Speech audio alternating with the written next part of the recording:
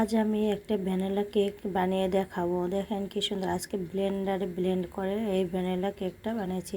কত সুন্দর স্পঞ্জের মতো স্পঞ্জ হয়েছে কেকটা, কত সুন্দর, ভেঙে যাচ্ছে না। দেখেন কি কি দিয়ে আজকে তৈরি করি।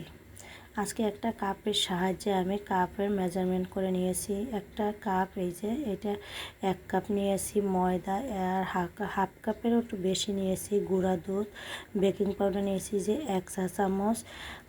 সবগুলো আমি কিভাবে দিয়েছি, আর এটা আমি বারে বারে চেলে নেব, কেননা এটা আমি 5 থেকে 7 বার চেলে নেব, তাহলে বেশি স্পঞ্জের মতো হবে। আর চিনি নিয়েছি 1 কাপের তা হালকা একটু কম। চিনি মিষ্টি আলো যে যেমন খাবেন আপনারা তেমন দিয়ে দেবেন। আর এই যে দিয়ে দিলাম দুধ। হ্যাঁ, দুধটা হলো লিকুইড দুধ, লিকুইড দুধটাও হাফ কাপের তাও একটু বেশি। আর দিয়ে দেবো তেলও 1 কাপের তাও একটু কম। আর দিয়ে দেবো 2টো ডিম। তো আপনি যেমন করবেন তেমনই সেই পরিমাণে দিবেন। এখন আমি এটা 3 থেকে 4 মিনিট ব্লেন্ড করে নেব। 3 থেকে 4 মিনিট ব্লেন্ড করে নিলেই হয়ে যাবে।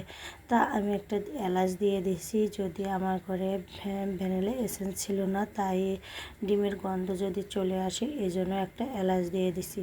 তো আপনাদের ঘরে যদি ভ্যানিলা এসেন্স থাকে তাহলে ভ্যানিলা এসেন্স দেবেন একটু। এই যে 3 থেকে 4 মিনিট ব্লেন্ড করার পরে এই পর্যায়ে এখন আমি একটা বোলে ঢেলে নেব।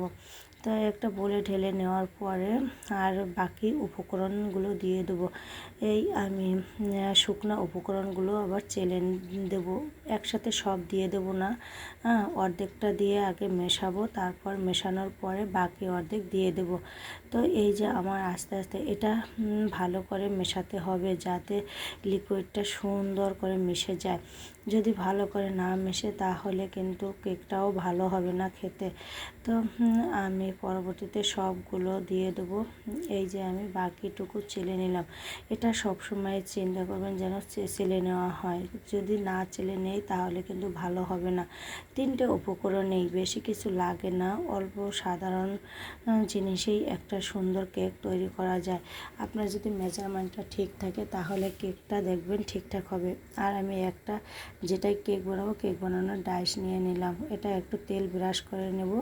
তেল যদি ব্রাশ না করি তাহলে তো লেগে যাবে, এই জন্য আমি একটু তেল ব্রাশ করে আর একটা এই যে সাদা কাগজ দিয়ে দিয়েছি। এই সাদা কাগজটা দেওয়ার পরে এখন আমি এই যে ঢেলে নেব। এই ব্যাটারটা দেখেন থিকনেসটা এমন হবে, বেশি ঘনও না পাতলাও না, এভাবে একবারে দিয়ে দিতে হবে। তারপর আমি একটু ট্যাপ ট্যাপ করে নেব। এই ট্যাপ ট্যাপ করার পরে যাতে ভিতরে কোনো বাম্পস না থাকে, না থাকলে তো ভালো হবে না। আর আমি একটা হাঁড়ি নিয়েছি, হাঁড়িতে এই যে সাদা কাগজ ভিতরে দিয়ে দিছি আর একটা স্ট্যান্ড দিছি। তারপরে হালকা করে বসাতে হবে যাতে কাত না হয়ে যায়। আর তারপরে আমি একটু আগে ফ্রি হিট করে নেব। এই যে বড় হাঁড়ি নিয়েছি, তো হাঁড়িটা একটু ফ্রি হিট করার পরে তারপর আমি লো মিডিয়াম হিটে দিয়ে দেব 40 থেকে 45। আমার 50 মিনিটের মতো লাগছিল। প্রথম 40 মিনিটের পরে আমি একটু দেখছিলাম, কিন্তু দেখছি হালকা বাকি আছে। তো দেখেন আমার 50 মিনিটের কত সুন্দর কেকটা হয়েছে, কোথাও একটু লাগে না। একটা টুথপিকের সাহায্যে আপনি কেকটা দেখে নেবেন, যদি এটা লেগে যায় তাহলে বলবেন হবে না, আর যদি না লাগে কোথাও তখন মনে করবেন এটা হয়ে গেছে। তো আমার কেকটা এই যে হয়ে গেছে।